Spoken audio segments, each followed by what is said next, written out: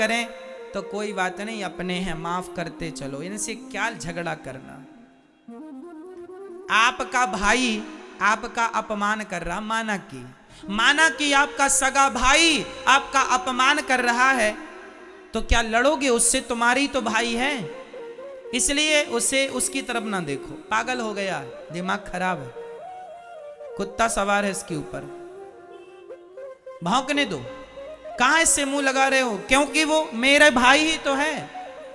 अपनों से ना जिद पालो, अपने से ना लड़ो। हाँ, कोई आतंकवादी है, कोई दूसरा है, तो उससे लड़ जाओ, जीतो। किसे जवाब देना है, किसे जवाब नहीं देना, यह भी विवेक का विषय है। आप लोग जिसे जवाब देना होता है उसे तो देते नहीं है, और जिसे जवाब नहीं देना उससे लड़ते हैं। ये लड़कियां अपने भाई से लड़ बैठती हैं, लेकिन उसी लड़की को कोई सड़क में कोई परेशान कर दे, कोई लड़का, तो भाग के रोती रोती आ जाती है, मम्मी मम्मी उसने परेशान किया। अपने भाई को तो जड़ देती थी दो चार, उसे क्यों नहीं जड़ दिया? जिससे लड़ना हो उससे तुम लड़ती नहीं हो, और जिससे लड़ना नहीं उससे लड़ती हो। क्यों? तो किसके सामने चुप रहना है, किसके सामने बोलना है, यह विवेक का विषय है। जब तुम्हारी लड़ाई तुम्हारी सास से हो, मां से हो, भाई से हो, तो इन रिश्तों में जहर ना घोलो, इनसे कोई उत्तर ना दो। ये कह रहे हैं चलो गुस्सा है, बोलने दो। हम लड़के किससे लड़ रहे? भाई से। क्या मिल जाएगा भाई से लड़के? इनसे कोई उत्तर नहीं। लड़ना है उनसे लड़िए, लड़ना है भ्रष्टाचार के खिलाफ लड़िए, आवाज उठाइए। लड़ना है किसी के साथ अत्याचार हो, अनाचार गलत हो रहा, उसके पक्ष में खड़े हो जाइए, लड़िए। लेकिन आजकल लोगों को कोई काम नहीं, अपने भाई से लड़ते हैं, अपनी सास से। चलो अब खा लिया, पेट भर गया, चलो अब बहू आओ जरा लड़ लें तुमसे हम, आओ दो दो हाथ की हो जाए। लो चल रही है घर में तू तू मैं तू तू मैं चल रही। और इससे भी बच गए तो आज भारत में जातवाद का जहर घोल के लड़ रहे हैं। मैं ब्राह्मण, मैं क्षत्रिय, मैं वैश्य, मैं शूद्र, लो भाई आपस में लड़ो, अब तुम्हारा अन्न कैसे पचे, लड़ो आपस में। लड़ रहे हैं, बुद्धि भ्रष्ट कर रहे हैं। अरे तुम्हारी यूं ही लड़ाइयों का फायदा अंग्रेजों ने, मुगलों ने खूब उठाया है। तुम्हारी आपस की लड़ाइयों का फायदा उठाया, कई 100 साल तक तुम भारतवासियों पर, हम पर राज्य किया इन लोगों ने, केवल इसलिए कि हम लोग केवल लड़ना जानते हैं। हम लोग संगठित रहना तो जानते नहीं कि चारों लोग एक साथ रहें, ब्राह्मण, क्षत्रिय, वैश्य और शूद्र। हम लोग लड़ते हैं जातवाद का जहर घोल करके। एक दूसरे से लड़ जाते हैं।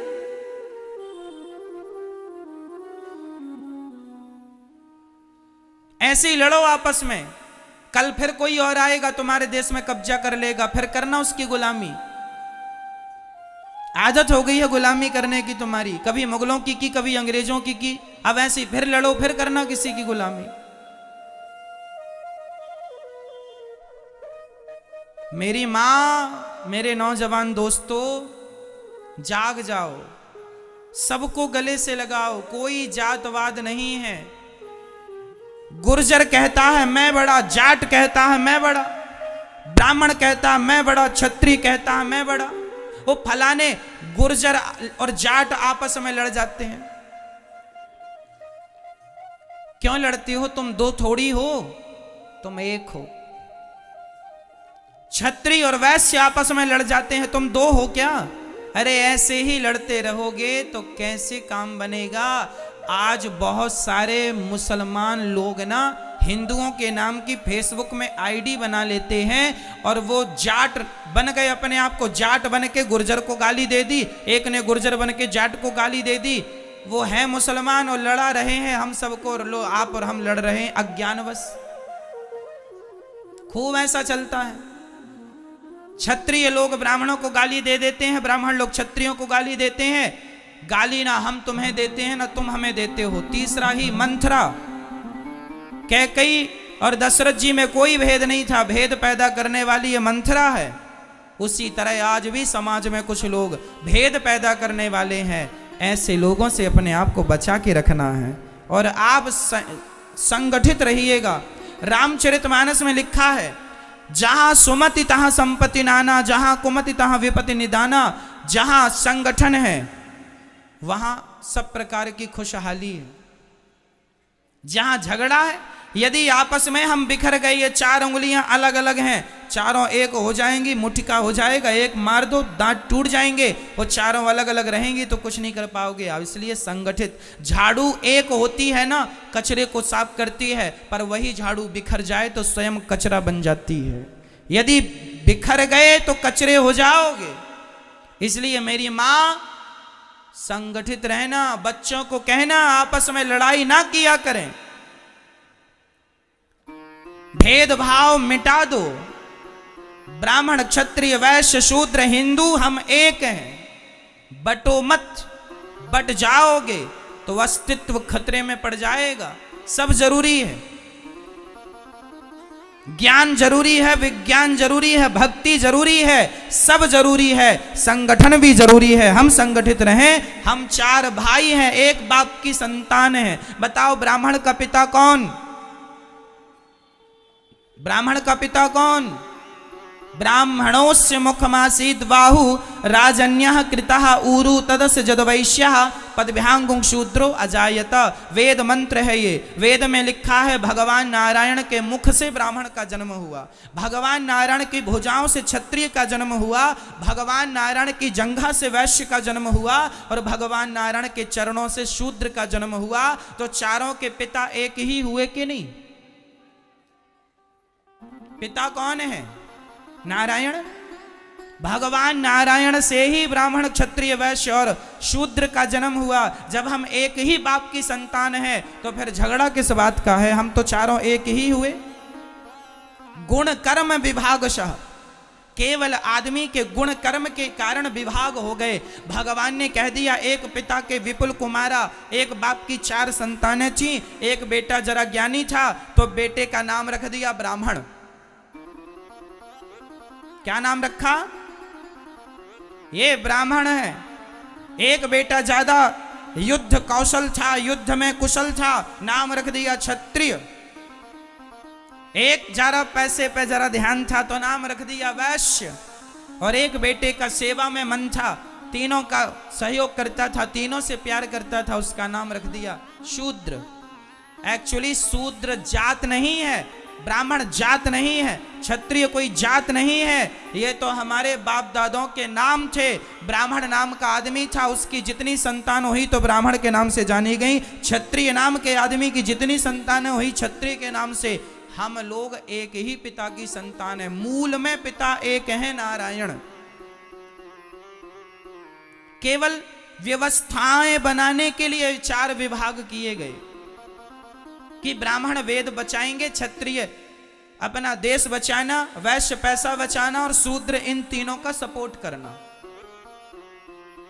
क्यों ये व्यवस्था बनाई? आपके घर में भी बेटी का विवाह होता है तो आप लोग भी व्यवस्था बनाने के लिए किसी को मंडप की सेवा संभाल दे देते हैं, किसी को खाने पीने की सेवा, सो तुम खाने पीने की संभालना, तुम मंडप की संभालना, तुम बारातियों को नाश्ता पानी की संभालना। भाई व्यवस्था बनाई जाती है कि नहीं? काम सौंपा जाता, तुम ये काम कर लेना। हमारे देश में भी आजकल देखो ना, एक प्रधानमंत्री होते हैं, एक राष्ट्रपति होते हैं, एक खाद्य मंत्री होते हैं, एक गृह मंत्री होते हैं, एक उद्योग मंत्री होते हैं। ये व्यवस्थाएं हैं।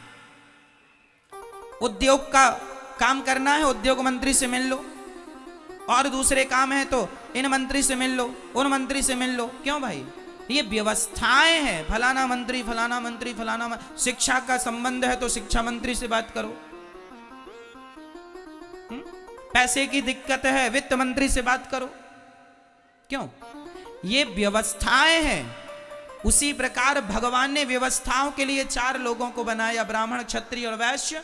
चार एक ही बाप की संतान है, लेकिन अज्ञानता इतनी आ गई कि हम लोग आपस में आगे चल के लड़ने लग गए। मैं ब्राह्मण हूं, मैं क्षत्रिय हूं, मैं वैश्य हूं, मैं शूद्र हूं। अब जरूरत नहीं है इसकी कि मैं ब्राह्मण हूं, मैं क्षत्रिय हूं, मैं शूद्र हूं। बस जरूरत इसकी है कि हम सनातनी हैं, हम भारतीय हैं। गर्व से कहो हम हिंदू हैं, हम हिंदू हैं, हम हिंदू हैं। धरा ये जिस पर घूम रही हम उसी केंद्र के बिंदु हैं। गर्व से कहो हम हिंदू हैं, हम हिंदू। तुम बट गए जातवाद के नाम पर, फिर तुम पर कोई हमला करेगा।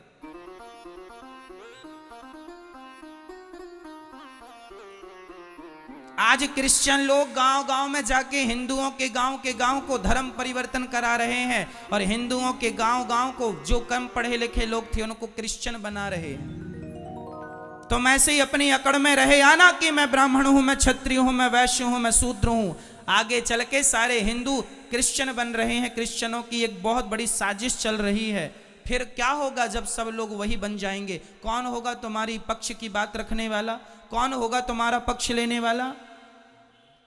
सेना भी बड़ी होनी चाहिए, संगठन में बहुत बड़ी ताकत होती है। ये बातें हल्के में ना लेना, नहीं कल को आने वाली पीढ़ी तुम्हें गाली देगी कि तुमने क्या किया। अरे अपने हिंदुओं को बचा लेते कम से कम। अरे समय निकाला करो और अपने उन गरीब लोगों के पास जाकर बैठा करो जिन्हें 2 किलो आटा की जरूरत है, 1 किलो दाल की जरूरत है। जरा सा समाज में सेवा करो, सहयोग करो, सबको भूखे को भोजन कराओ। क्रिश्चियन लोग पैसे दे दे के धर्म परिवर्तन करा रहे हैं, हाँ या ना? और तुम लोग केवल अपनी अकड़ में 20 लाख की गाड़ी लेना है, 50 लाख की गाड़ी लेना है, गाड़ी घोड़े में पैसे लगाओगे। अफगानिस्तान का क्या हुआ? कब्जा कर लिया आतंकवादियों ने, सबकी जमीन जायदाद गाड़ी घोड़ा रखी रह गई।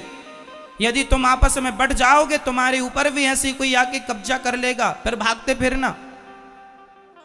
इसलिए आज सनातन को बचाने की जरूरत है।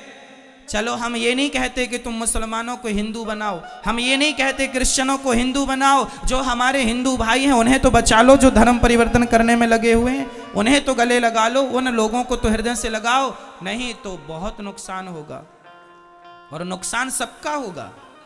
देश गुलाम हुआ, सबका नुकसान हुआ। सब लोग अपने अपने धर्म का प्रचार करते हैं, हिंदू लोगों को अपने धर्म की कोई नहीं पड़ी, कोई नहीं करता प्रचार, कोई नहीं बात करता धर्म की, कोई नहीं बात करता सनातन की, कोई नहीं बात करता राम और कृष्ण की।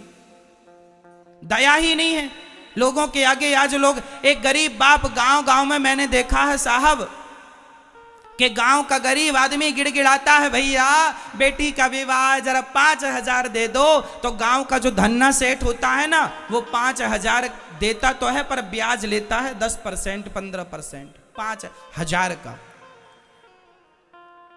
अरे उस आदमी को ये तो समझ आए कि पागल, वो गरीब आदमी है, उसके बेटी का विवाह है, 5,000 दे दो। बेटी के विवाह में ईश्वर ने तुम्हें देने के लायक बनाया है, दे दो।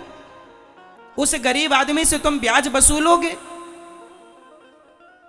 अरे दे दो 5,000, महीने 4 महीने में वापस कर देगा वो। क्या कि तुम 5,000 का ब्याज लगाए बैठ गए? कोई लाखों की बात हो तो बात 10-5,000 में तुम ब्याज लेते हो, कितना पैसा कमा लेते हो इससे? घोर नरक जाओगे। ईश्वर ने तुम्हें धन दिया है, इसका अर्थ ये नहीं कि तुम उसका दुरुपयोग करो। धन दिया है तो इसलिए दिया है कि तुम जरूरतमंदों की सेवा कर सको, दीन दुखियों को गले लगा सको, किसी गरीब आदमी की तुम मदद कर सको।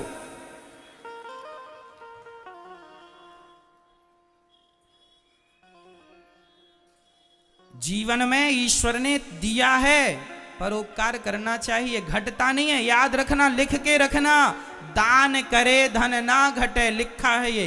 बोलो, दान करे धन ना घटे, जो सहाय रघुवीर, पंछी के पीर, घटे न सरिता नीर। प्यासे को पानी पिलाने से नदी का पानी कम नहीं होता, दूसरों को फल खिलाने से वृक्षों के फल कम नहीं होते, और किसी की सेवा करने से धन कम नहीं होता। धन बढ़ता है, दान करने से बढ़ता है, पुण्य करने से। लेकिन आज का आदमी, मैं देखता हूं कि आज समाज में गरीब लोगों का अमीर लोग बहुत शोषण करते हैं, जरूरत से ज्यादा। बहुत शोषण होता है। मैं निवेदन करूंगा, इसलिए मैं आप लोगों से कहा करता हूं, अपनी गरीबी खुद मिटाना शुरू करो, सेल्फ डिपेंड बनो, आत्मनिर्भर बनो, मेहनत करो। मेहनत करोगे तो गरीबी तुम्हारा पीछा छोड़ देगी सदा सदा के लिए। मेहनत करो, तुम सब कर सकते हो। खड़े हो जाओ, और देश की गरीबी तब दूर होगी जब 135 करोड़ लोगों की गरीबी दूर हो जाएगी। प्रत्येक व्यक्ति अपनी अपनी गरीबी दूर कर ले, अपने आप मेरे देश की गरीबी दूर हो जाएगी। सोने की जरूरत नहीं है मेरी मां। धर्म का प्रचार किया करो, कह दो लोगों से, बाद में लड़ लेना, अभी संगठित रहो, लड़ने की जरूरत नहीं है। यदि हम आपस में लड़ बैठेंगे तो देश को कौन संभालेगा? कोई भी बाहर वाला अपने घर से हमें निकालेगा।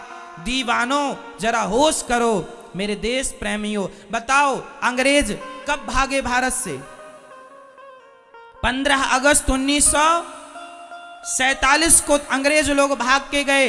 क्यों भागे? क्यों भागे मुझे बताओ। इसलिए भागे क्योंकि मेरा पूरा भारत संगठित हो गया था, डर के मारे अंग्रेज भाग गए। यदि पहले 100 साल पहले यदि संगठित हो जाता तो ये अंग्रेज लोग 100 साल पहले भाग जाते। लेकिन तुमने संगठन करने में, संगठित होने में कई 100 साल लगा दिए,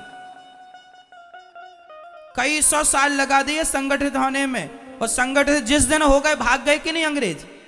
हाँ या ना? फिर कितनी बड़ी ताकत है संगठन की। इसलिए संगठित रहना मेरी माँ। और जातवाद कोई लेके आए, घुसने ना देना घर में। कोई जातवाद नहीं, हम सब एक हैं। हमारे गांव का ब्राह्मण भी, क्षत्रिय भी, वैश्य भी, शूद्र भी, मैं अपने गांव जाता हूं ना, तो मैं अपने गांव में सबसे मिलता हूं, सबसे राम राम करता हूं। ब्राह्मण हो, क्षत्रिय हो, वैश्य हो, शूद्र हो, मैं अपने गांव के शूद्र भाइयों के पास जाके भी बैठता हूं और पूछता हूं कि तुम्हें कोई जरूरत तो नहीं है? गरीब परिवार की बेटियां यदि दिखती हैं मुझे, मैं तुरंत कहता हूं कि जब इसका विवाह हो तो बता देना।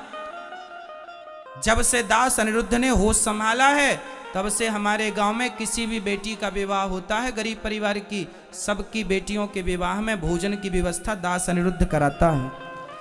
जितने बाराती आएंगे सहयोग हो, यहां से होगा। गरीब हो तुम, मदद करेंगे। ईश्वर ने इस लायक बनाया है, करो।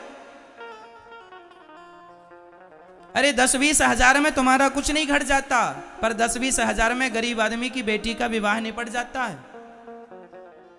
बनाया है तो करो, बांध के ले जाओगे। सभी में बांट कर खाए उसे इंसान कहते हैं। मैं बताता नहीं हूं, न बताने की जरूरत है, पर जीवन में ईश्वर ने योग बनाया है तो आपको करना चाहिए। अपना पेट तो पशु पक्षी भी भर लेते हैं, पर सभी में बांट कर खाए उसे इंसान कहते हैं। पराया दर्द अपनाए उसे इंसान कहते हैं।